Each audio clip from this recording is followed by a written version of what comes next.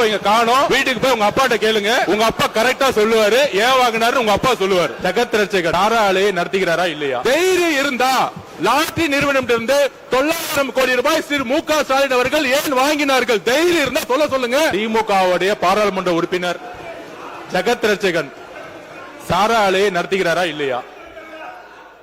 அப்ப சாராய ஆலையை நடத்தி கொண்டு டாஸ்மாக் நிறுவனம் மூலம் ஆர்டர் வந்து யார் வாங்கினது?